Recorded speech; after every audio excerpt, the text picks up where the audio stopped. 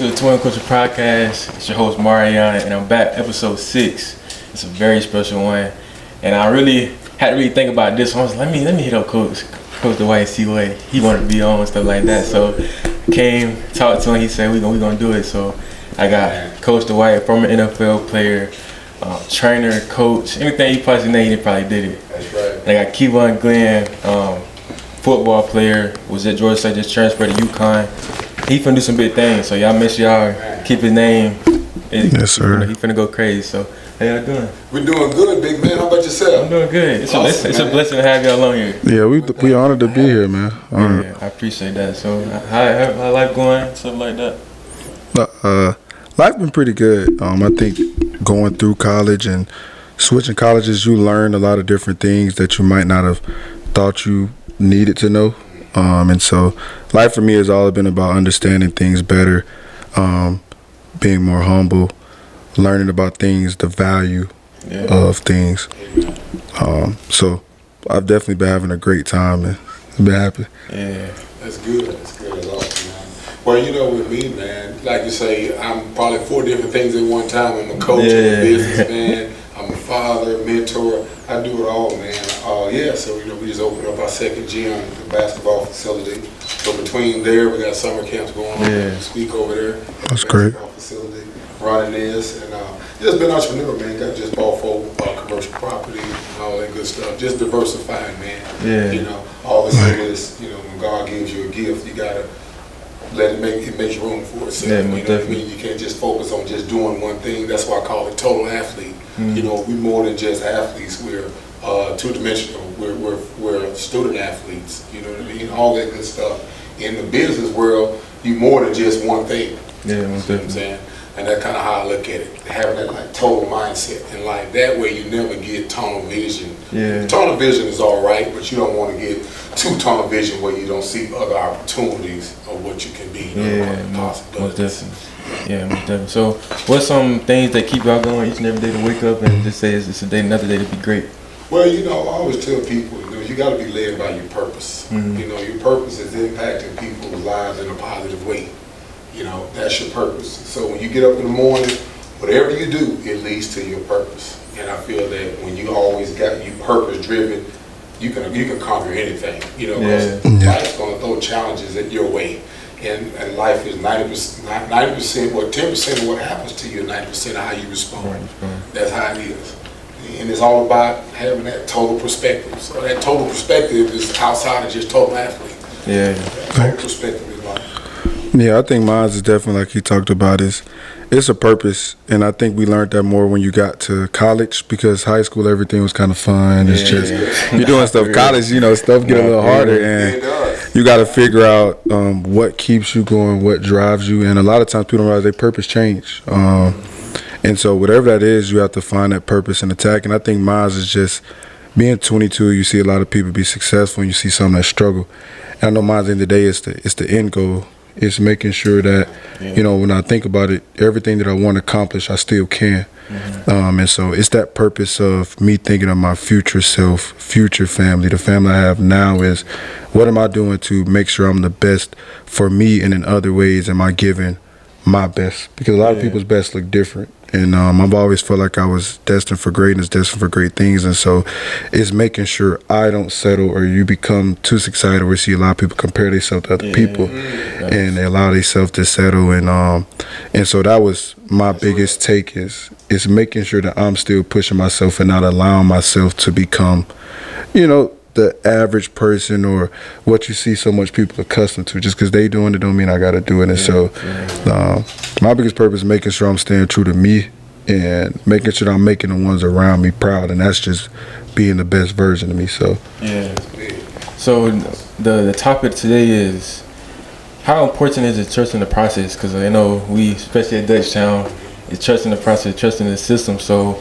I know not even just sports-wise, but just in life, like trusting God's plan. Because you never want to question God, why is this happening?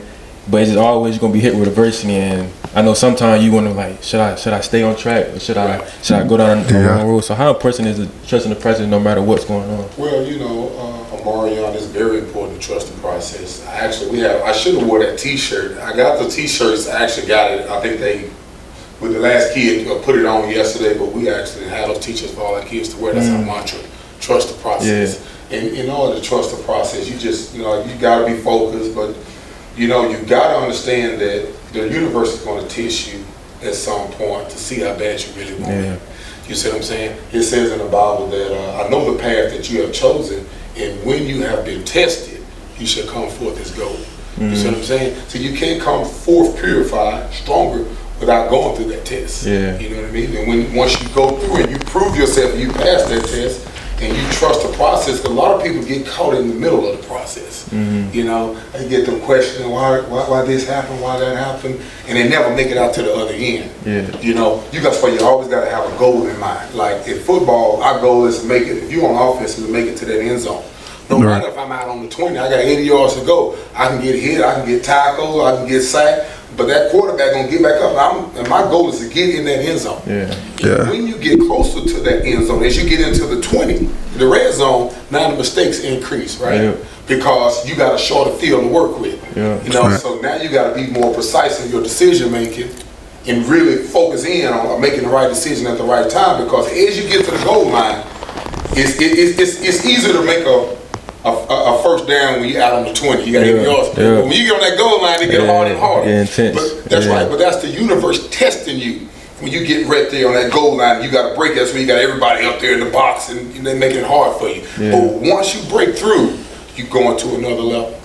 You know what I mean? Yes, sir. And stuff. That's why I tell you, trust the process all the way to the end, man. You get to that goal line, it's gonna be the hardest, and bust through it, jump over the top, whatever you gotta do. You gotta do. Fourth and inches. Yeah. You gotta get it. So that's kind of how I look at life. Football teaches us a lot about life, man. And I hate to be just a football here, but it really has prepared me to be successful in life. Yeah. Period, man. Yeah, trust the process definitely. I think one of my biggest stories probably came from football. It was tearing my Achilles last year. And it was just a lot of things that happened with it, just seeing people. Most of the time, people never came back from Achilles. I remember I was even in class, and I was on the scooter, and we had this dance instructor. And she came into the class, and she was like, what's wrong with you? I said, I tore my Achilles. And she was like, oh, yeah, that's like a career-ending one, right? And so even my teacher tried to joke. He was like, well, he's going to come back better. But that whole process really opened my eyes up to life, because I realized a lot of things, like you take for granted, just standing up, walking. Like that was an injury where I couldn't put pressure on it for almost like a month. So that process, I started back falling in love with doing the little things. So just standing up, walking, going back to rehab and doing little things, movement, lifting weights again. So it was definitely a time where I had to trust the process, and I ended up coming back in 6 months. But it showed me that things can get ripped away from you. Football can get ripped away from you. Life may not go as you think, but it doesn't mean that you're going to come back any different. You can come back stronger from it. And I feel like it was a mental growth process for me, and I think physical as well. And the process is always just, you don't know what you're going to get into that. God knows what the end result is, and you just have to trust it and have faith in it and fall in love with the little things. Like, people don't believe in a process because they look 10 steps down. They try to look over the hill already. It's like, just keep climbing step by step by step, and you will start noticing the happiness. You'll start noticing the little growth, the little things. And that's what's going to ultimately lead to the bigger picture and what's going to make the process come true. So, yeah, most definitely. So, I know, like we said, trusting the process, by yourself, and I say, trusting the process yourself, but now you got to trust people too. Like, it's who you involve yourself with, who do you keep in your circle, and who do you trust overall. So it's just like, trusting the process by yourself, staying on track, believing in faith and stuff like that, but who can you let in your circle? When do you know when it's time to let that person go? When do you know when it's trying to bring somebody in, or allowing room to bring somebody in when you so focused on the process? Yeah. But I look at it like this, little Marion. You got two types of people. You got people that are attached to you. You got people that are assigned to you. The ones that are attached to you are just attached to you. A lot of times they're attached to you for what you're doing or your status, or that you're a football player, that you got a lot going on, or sometimes if you're like I got employees. Yeah. Some of them attached to me just because, hey, what I can get. You the boss. Yeah. Exactly. Yeah. You know what I mean? But you got people that are assigned to you at the same time. You got no difference between the ones that are attached and assigned people that are going to build you up. They're going to be there for you. They're going to be able to lift you up when you're down, to encourage you. Friends are they either going to add value to you or they're going to take away. You know what I mean? And that's kind of how you got to separate it. And those are people that are assigned. They're agents to help you get to where you're going and stuff. And sometimes they're going to tell you what you don't want to hear.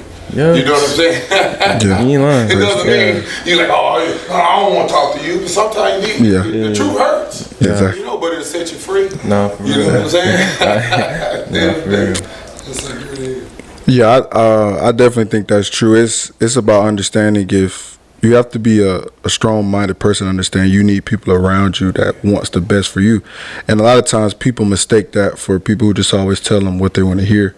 And so for me, when it came to friends, and I thank God I had the right parents to tell me those type of values, to where, the people who love you going to tell you stuff that you might not want to hear. That's where true love comes from. We want to see you grow, even if it's telling you something that's going to hurt you. And so I'm blessed enough to have friends to where I feel like, do they make me better? You always have to ask that question. What do this person add to me, and what does this person take away? And those are true values. And I think even relationship-wise, like my girlfriend now, I felt like she was the one just because she only added. If it was football, she understood my purpose of football. If it was school-wise, she understood my purpose of school-wise. Because a lot of people get in relationships too, and it may not be friends. They can have great friends, and the person they date take away from them. So to me, rather it's relationship, it's friendships, does that person add to you? Does that person love you enough to tell you the truth, to always want to see you get better? And that was my thing for sports, or not. Like, if I don't work out, is my girlfriend or my friend gonna tell me to work out? Are they gonna make me do extra? Like, are they gonna be proud of you for doing extra? Are they gonna be okay with you? Yeah, I just took the day off, even though I'm supposed to work out. And they just like, all right, cool, that's fine. No, it's little things that you have to watch, and those little signs that'll let you know that, okay, this person is right for me. Like you said, they're not reaching out to you only asking for money, or only asking you to hang out when it's time to turn up. It's literally, do they help you? And that was the biggest thing that I learned. And why I don't hang out with as much people now is just because you'll find most of the time you don't need that many friends, as long as you have your core is strong. And that's why I'm glad, I'm proud of all of my friends, because they do stay on me, rather it's school, rather it's sports. They don't care. They're trying to make sure I'm the best version of me. And that's why I respect them. So shout out to all of them, and shout out to my girlfriend for that, because they definitely do a great job of that. Yeah, most definitely. So what's the biggest lesson football has taught y'all? Wow, man. I would say, when I went through college, we had our first winning season was my freshman year. Then we went to a lot of losing seasons. I went to 3 head coaches, 5 defensive coordinators. We couldn't just jump in transfer portal. We had to kind of stick it out, and just tough it out, man. But I was able to go through it and persevere. Perseverance, I would say. No matter how much dirt is thrown in your face. I tell people this, look at a bamboo tree. A bamboo tree, the first 5 years you don't see it because it's on the ground growing. But after the 5th year, it spurts up in 6 weeks, 50, 60 to 90 feet. In just 6 weeks. So it was those underground moments when I got a lot of dirt thrown in my face that I had to shake off and step up. You know what I mean? And so I'm still going to make it to the NFL in the process. I'm still going to get my college degree. I'm still going, because I'm just the first one to break through the ground. Once I broke through the ground to get there, then my brother came behind me. He played 14 years in the league at linebacker. It was like, I didn't just do it for me. I opened the door for a whole bunch of other people, and I broke a generational barrier that was in my family. You know what I mean? So I would say perseverance, man, pushing through, and staying positive, man. It's just like determination. I think the ones that make it are the ones that got that dog determination that I'm gonna win no matter what. You know what I mean? Like, it's no matter what you do for me, damn it, I'm gonna win. You know what I mean? And at the end of the day, that's what it all boils down to. They can't stop you, man, because you got that strong will. You make it. Yeah, definitely. Yeah, I think mine was kind of similar. It's like just adversity. I got to college. My head coach got fired in the first 4 games, and so it's like I done had a different coach every single year in my college career. I've coordinators. I've had more defensive coordinators than I've had playing years, and so what it's all taught me is just adversity. Whatever you go through in life, you know, something might change, something might happen. You still got to succeed, and your goals can't change. And it's like you talked about. You got a dog that mentality of, you know what, all this stuff is switching in my life. You know, I graduated, I can do this. I can still get to where I need to be and use it. And I think that's the biggest thing that I see happens to so many people is they may have pain, they may have adversity. It's like, use that.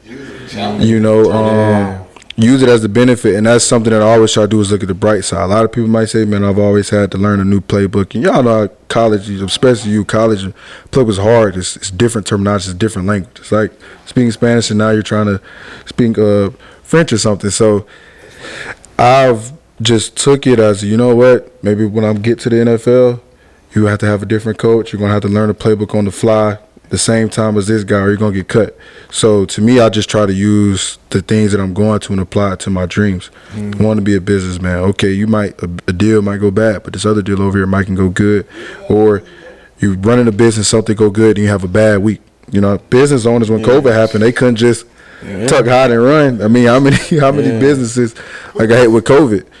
Like, that's part of the adversity, and you got to learn how to accept it and learn how to beat it. And I think that's the football has taught me a lot, and I think that's the biggest point is adversity, because you're going to go through it in life outside the game every single day, especially families, etc. So that's the biggest lesson that I've learned. Okay, that's I like what y'all saying, for real. I'm really trying to take it in because like I'm young, so it's like I ain't even got to college yet. Fixing to go through. Yeah, so that's why I was like, let me soak it in everything y'all saying, because I'm gonna need it. So playing college football, I played at Florida State, Georgia Southern. Now you're at UConn. Like you said, transition to learn different playbooks. What's the enjoyment of it, you know? Because, you know, like you said, it's a lot, learning different things, going different places. I know it's a enjoyment, I know a good feeling in the process.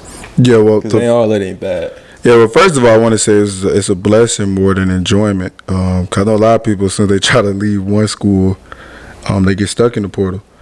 And so I want to say that's the first thing and foremost is that I feel like I'm blessed to continue to have a chance and opportunity to go to Division I schools. And so that's the biggest blessing. Enjoyment of it, I would just want to say is just finding out what fits for you. And I don't want to all of those schools were great. You know, Florida State, if I go back, I probably would have stayed a little longer. My situation really wasn't bad there. It was a part of me being younger than COVID hit, so that took a lot. And then Georgia Southern just graduated, so I just had a great opportunity to see for myself, okay, grad year, my last 2 years, like, is this best for me or is it somewhere else? I had a really nice coaching staff there who understood and was able to work with me about it. And, you know, I got blessed again, the situation to be able to attend a school like UConn. So the enjoyment of it is I'm able to take something away from each school. I got to learn about, you know, being in a different state, living there for 2 years in Florida State and Tallahassee, and a different culture, being around more Florida people, and being at a Power 5 historic school, seeing the pressure of it, where these people expect you to win. You know, I remember we went to a bowl game, and for most programs, that's like, winning a bowl game, that's great.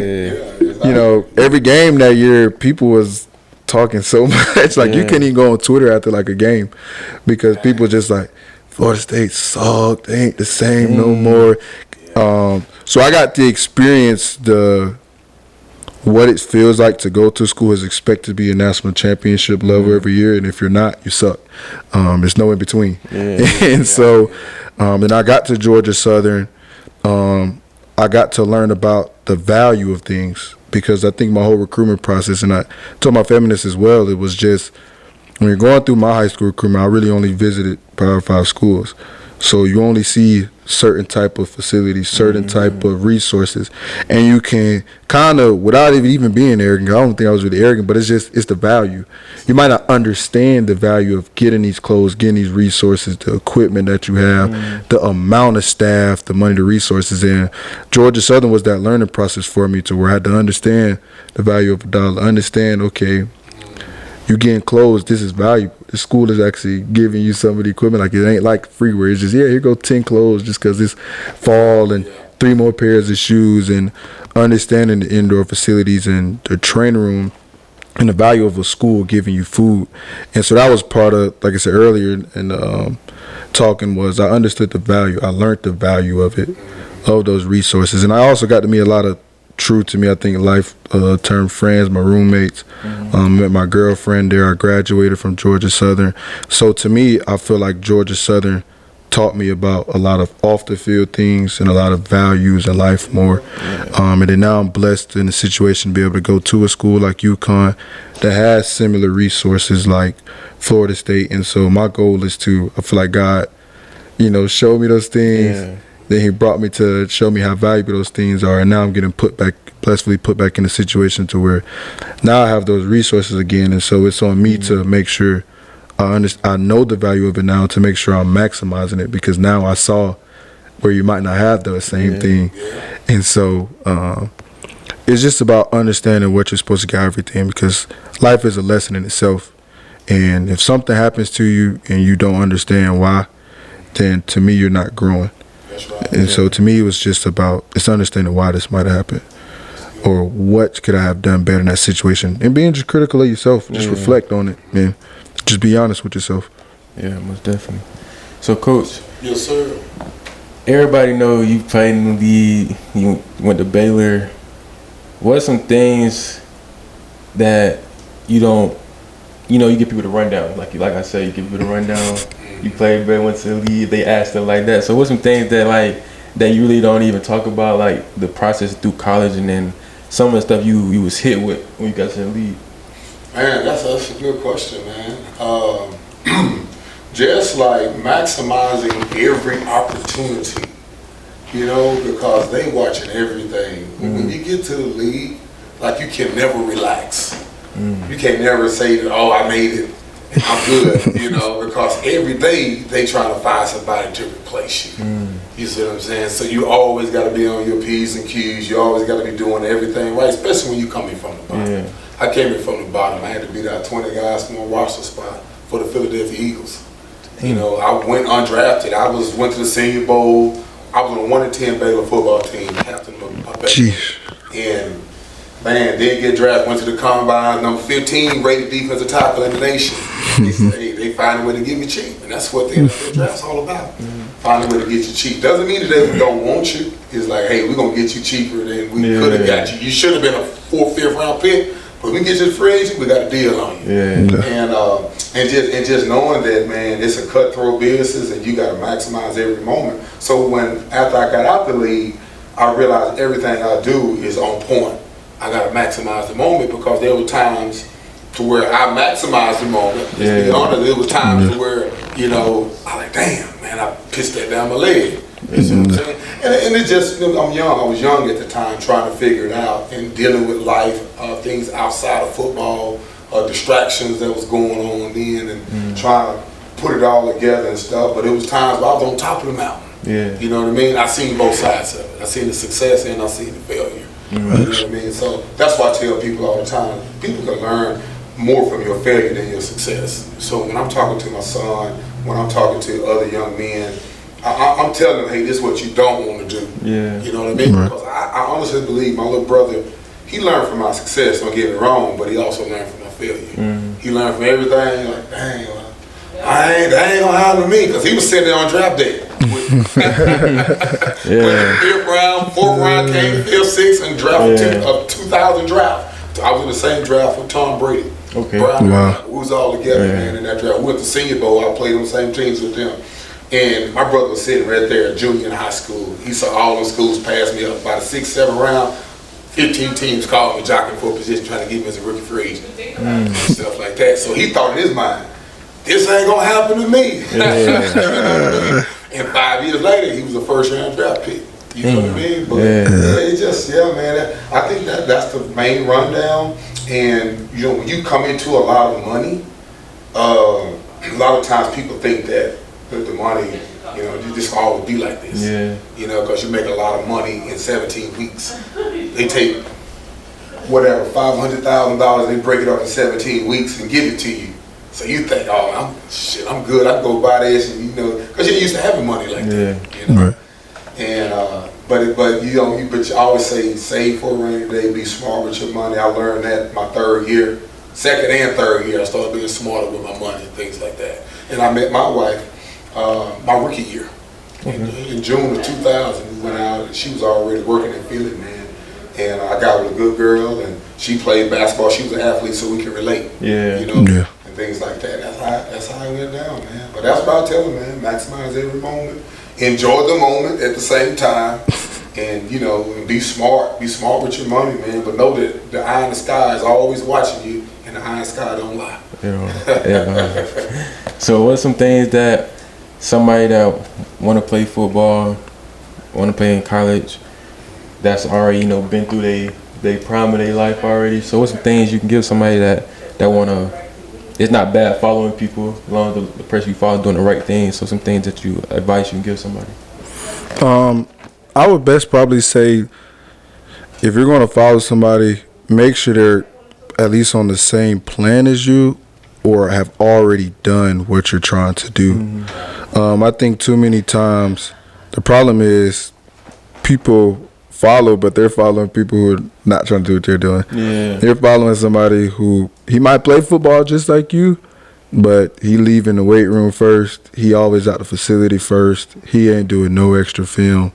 So just because somebody's doing the same thing as you does not mean they have the same mindset or the same goals of where you're trying to go. Yeah. And then to lead, a lot of times if you're in that position where, you know, hey, you get to a college or high school and you don't see that person that is going Division I, or you're in college and you might not be around that guy who's about to go to the NFL or whatever, then just ask questions. I remember at Florida State, I was blessed because a lot of our biggest stars were pretty humble. So I was there, you know, Asante Samuel, Cam Akers, and it wasn't directly at first, but all I would do is I would just watch them. And it just seemed like every time we went into the facility, they were always getting treatment, doing some type of recovery. Asante always worked on balance, abs, all of that stuff extra. And so it wasn't directly at the moment before I started asking them stuff, but it was prior. I just watched them. And I just started equating, like, you know what? Every guy here that's supposed to be a top draft pick, they always in the training room doing extra, doing prevention, how they practiced every day. And so that's when I learned the value of practice. So I see that too. A lot of high school guys, college guys, is practice is way more valuable than you think. And it was way more valuable. I learned the value of it because I went inside, didn't practice hard, but I didn't understand how valuable practice is. And it's true, like, high school, you might get away with it. You know, you could turn it on game day. But college, I guarantee you won't be able to just turn it on game day. NFL, I'm sure he can tell you won't be able to just turn it on game day. And those same guys, again, I seen them make those same crazy plays in practice every single day. And I'm sure he can attest to it, but just when we got to talk to him, it was very cool. It was COVID. It's just a quick story. It was COVID, and we got two former NFL, well, they were current at the time, but they were former FSU players and stuff. They were NFL GMs. And that's what they told us. They was like, they check a lot of your practice film more. They might expect you to play good, but they want to see how much do you love football. If you go out here Tuesday through Thursday, that same dog, I know what kind of player he is. Friday is fans watching, females watching, your family. I expect you to be a little turned in. So they watch practice film, and to me, that's when it showed me that, you know, life is bigger than what everybody sees. It's about that what you do in the dark. Like, everything that do in the dark will come to light. And so, you know, if you're still in high school now, make sure you're taking the training room serious. Make sure you're taking the workout serious, and make sure you're taking practice serious. Because I promise you, that's going to lead to better results on game, and everything else going to take care of itself. Yeah, that's big. But yeah, you know, I tell all these young guys, and even myself, always keep your mentor. You know, Just like in football, we have a coach. Yeah. You know what I mean? And we know God is our higher power, but find somebody that can mentor you because they will help you avoid the big mistakes. Yeah. And they help you get to your destination faster.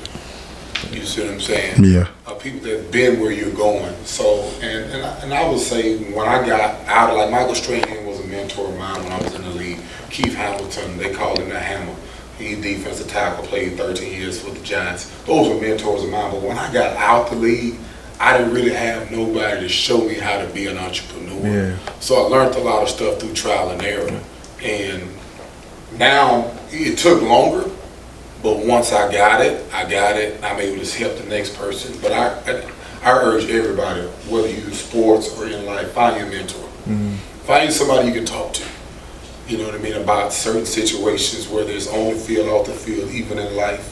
I think that'll make a big difference. Because in order to be a great leader, you have to first learn to be a great follower. Yeah, most definitely. So, what made you come up to the athlete? Great question, man. Well, when I first got out the league, 04, 05, I opened up a restaurant for about 3 years. I didn't know that. And A restaurant? Yeah, taste buds, right next to Little Caesars, that gas station. It's a Jamaican restaurant now on the corner. Okay. It's right there on the gas station. That Texaco to Chevron now. By Little Caesars, right up on Jonesboro Road. I actually built that out, man. I was a restaurant owner for 3 years. DJ was a baby. And I had his first birthday party there, stuff like that. But yeah, man. But I didn't want to do football because I was heartbroken. Yeah. I didn't want anything to do with it. You know what I mean? Yeah. But you love, hey, well, you're hated at the same time. It'll make you sad too, man. Yeah. And I didn't want to have nothing to do. I put my cleats on the shelf, all my football pictures. I put them in the attic and everything. I didn't want to have nothing to do with it, man. Then all of a sudden, a person walks in my restaurant. A truck driver. I think God sent him in, to be honest with you, named Robert. He said, man, you're not doing camps around here? He said, Henry County is back in 07. He said, there's nothing going on. They build all these new schools, man. They need a guy like you out in the community. Yeah, but I'm good, man. I brushed him off. And the next day, when God tries to get your attention, he'll tell you something two or three times more. A guy came and said, hey, man, I want to buy your restaurant from you. Like, how much? He threw me a price, and I was like, nah, he ain't enough. He came back the next time, I turned him down. Then the third time he came back, about 2 months later, he said, man, listen, man, I want to buy it. I see something in this restaurant I want to buy it. And I was like, you know what, man? And I got to thinking, I said, I was unhappy. I was 315 pounds. I was 30 years old at the time. Wasn't in shape, and I had like 10 kids to leave when I closed my restaurant down at 8 o'clock, and they'd be with me at Gold's Gym. I was already doing fulfilling my purpose, but I was doing it after hours and stuff like that. So I said, you know what? I sold the restaurant to them, took that money, man, and started putting it into football camps and stuff. We had our first football camp in Henry County in 2007. Henry County High School. Then we turned around in July of 2007 and had a bigger camp, which had like 150 kids at Ola High School. Ola had just opened up. This is in 07. I'm talking like y'all were babies then. Then I turned around in Union Grove in 08 and Nike sponsored my camps. Wow. 08, man, and stuff. And Chick-fil-A got behind us. And I realized, dang, I could do something here in Henry County. Yeah. So I worked out of parks, like you see guys doing park training and stuff. I was that guy. But I was realizing you have to trust the part. You got to have a bigger picture than just training in the park, having nice videos and stuff like this. Do you want to be a trainer? Or do you want to be a businessman? You know what I mean? That's what I thought. So I was like, man, I need a place where I can work out of. So God led me to this baseball facility called OTC, Olympia Training Center, over here by South Point Mall. And I walked in, and the guy was waiting on me. Like, sometimes our opportunity is waiting on us. All we got to do is go meet the opportunity. I got up one morning and I was like, I'm going to go find me a gym to work out of and build my program. I'm tired of getting rained out. I'm tired of being cold and kids can't train. I can't build a consistent program like that. Yeah. Man, I went there to the light and with the Chick-fil-A and said, Avalon Church, make a right. I made a right. And they said, make a left. Then I went down to the end of the block and I saw OTC baseball. I get out the car. I go on to open up the door. The guy's right there. He said, I need speed agility coach, looking for one. Open the door, he's waiting there. He said, hey, how you doing? My name's Scott Whaley. It's like a big white guy, you know what I mean? Like one of the southern white guys, like he'll look at you and be like, what are you doing in my gym? And I just came up to him like, hey man, I want to start my own speed agility program. He said, man, I've been looking for a trainer like you. Can you train my baseball guys too? I said, yeah. I said, I also can train football. That's what I do too. And I started training, man. He said, I move my nets off to the side. I give you 40 yards of running turf. You got to probably about 5 yards of width, but you got the length. I said, that's cool. He said, I got a place to put my weights. He said, you can put your weights right over here where my pitching area is. I'll shrink this down for you. You need an office? I said, yeah, I need an office. And I asked myself, well, how much all this going to cost me? They're like, oh, that's just going to cost you this much. I said, oh, man, that's all? So, okay, I'll do it. And I built my business. I talked to 150 kids. I had guys like Adonis come through that we was training. A lot of guys back in the day that was training with us. What's the other guy's name? James Ward. I just remember names off the top of my head. The kid that went to wide receiver, Justin, that went to Elka. All those guys were coming in. They was training Devin Farrell, of course, DJ, Devin. All these kids were training. I had over 150 kids for 2.5 years. And I said, I need to get my own place. And I went and opened up a 30,000 square foot gym. I bought my own gym, and I told the baseball guy, the white guy, hey man, come over with me, man. I'm gonna take care of you, because she took care of me. He had 5 full batting cages in there. This was in 2011 by then. And I opened it up during the time of the pandemic, or not the pandemic, it was a recession. And people were saying, man, I don't want to open up nothing down here in Henry County. People too cheap. But I listened to the naysayers. I said, I'm going to do it because it's a need here. And I had to build to my clientele, man. And we had a baseball program. We had a Olympic volleyball team, 3 volleyball courts. We had our own gymnastics program. And we also had a karate studio. I did that from 2011 all the way to now. Then we moved over here in 2017. Then we opened up our second gym recently. So that's where it all came from, man. Make a long story short. It's a blessing, man. That go back to what we were saying, trusting the process. That's a long process right there. It is, because you don't have anything in front of you. You gotta listen to what God is telling you. Got to. You know what I mean? You gotta be meditation. You got I say the best way for me to listen to Him is after I get through working out. That's when my mind is free. That's when it's clear. I can really hear from Him. You know, you gotta seek Him. Because he ain't gonna lead you wrong, you know what I mean? Then so that's the main way I did it, man, and stuff. And also through meditation at night when I'm sitting there, I listen to music. You know, I just get a download of things to do. You know, to be honest with you, man, we are all are prophets in our own way. We just got to tap into it. You know what I mean? That's really trusting the process for real. Yes, sir. That's a long process. That's so long. But it paid out though. But it was all for the best. It was all for the best. And you know, I was older than y'all by then. You know what I mean? So I got a family. I got 2 children. DJ Lonnie Young and stuff. I gotta make it happen. Got to. You know, I gotta make it happen. And people are like, well, you got your brother over here doing this and doing that. But I'm like, you know, I was the one that started this. And I always said this, and I never said it out of being spiteful. I was like, yeah, he got his stuff, but I got mine as well. You know what I mean? And things like that. But you got to be your own, man. You can't depend on other people to do things for you.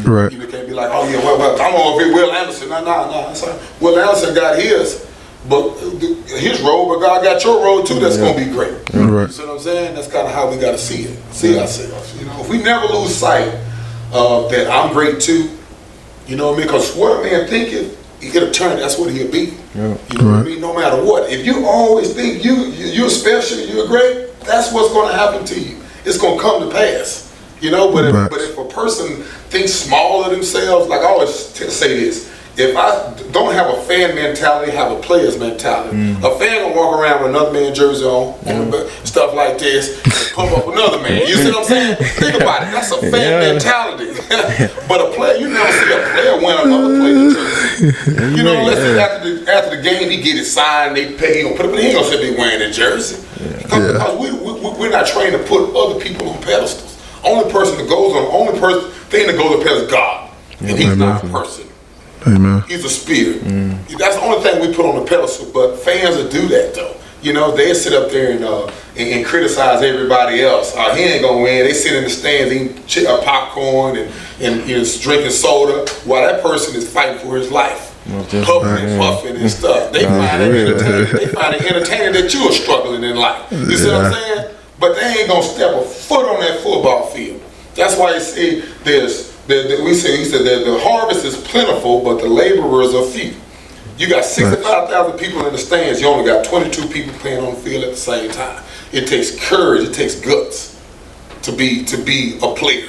Yeah. You see what I'm saying? That's the difference between having a fan mentality and a player's mentality. I tell people, always have a player's mentality. It's not that you cocky.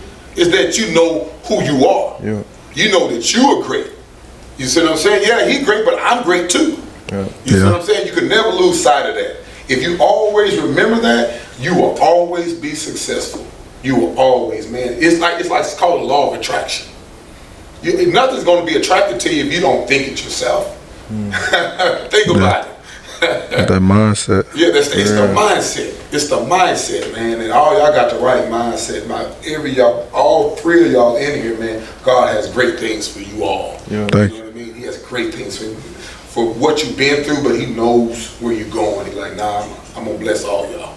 Yeah. Bless you. Yeah, the world, you may be on the ground right now. You may be getting there, but keep pushing through that dirt. Yep, you know, definitely. But when you bust through, I'm telling you, man, the world gonna see it as overnight success, glory, but they gonna want to go back and look at, man, how he got there, how he get where he was at. You know, he had to go to junior college for 2 years. Look at it, he's an Olympic athlete, he's a gold medalist. You know what I mean? He's an NFL player. Wow. I didn't know he went to 3 schools. You know, this young man here is a successful entrepreneur, man, multi-million-dollar entrepreneur, and also a successful football player too. Like he did all that. Hold on, this kid played football too, and he went to college and he did his thing, man. He got a shot at the league. He went to the league, and also now he's an entrepreneur. Now he opened up all these businesses. He got man, you're a creator, man. I appreciate that. That's you. You're a creator. I appreciate that. You be able to create things, man. Yeah. See, I call it a renaissance man. That's different. See, you're a renaissance man. You're a person that can create like an Elon Musk or something like that. Somebody that can create things. Yeah. That's you, man.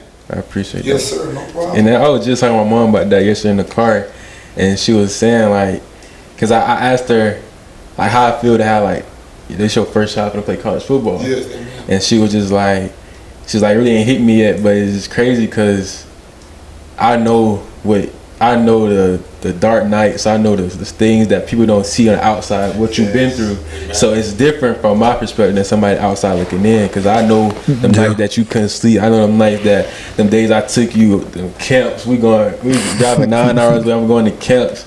It's thunder. It's raining. We coming back home. We can't see the road. Like them nights that nobody won't see. She was like, it's a good feeling that when people know that your story, know what you actually been through, and just saying like it happened overnight. Yeah, exactly. That's right. Yeah. Well, you know, the world don't really care about your story until they see the glory. Yep. You know what I mean? They don't care about our struggles, man. That's just the way the world is. The world will run over you and back up and run over you again. But when you turn that pain into power, then they don't want to know about you. They want to be around. Everybody want to be around winners, man. That's the world, though.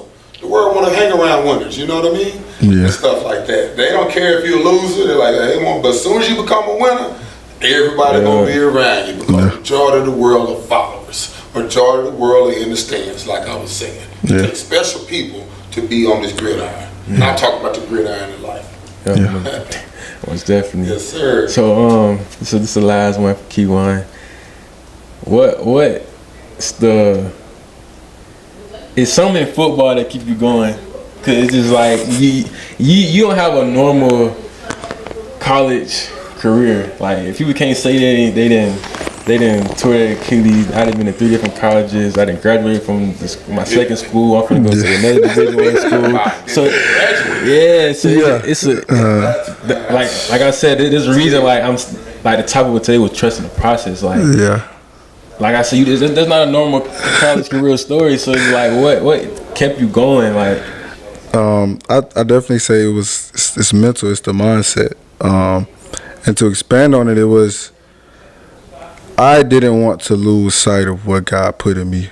And I think you're right. I did for like a split second or for like a day. I just realized, like, you know, I done got injured. You know, I came into college thinking I was just gonna be somebody 3 and out NFL already, and so a lot of people could have looked at it like, okay, well, pretty sure Kevon's probably done with football, and I feel like at the time I almost allowed myself to think that way, and it took me to just realize, talking to coaches and family, just say, I went back and watched my own film. I went back and watched my own tape post-injury. I went back and watched my own film pre-injury. And it was like God was in my ear just saying, man, you ain't dying.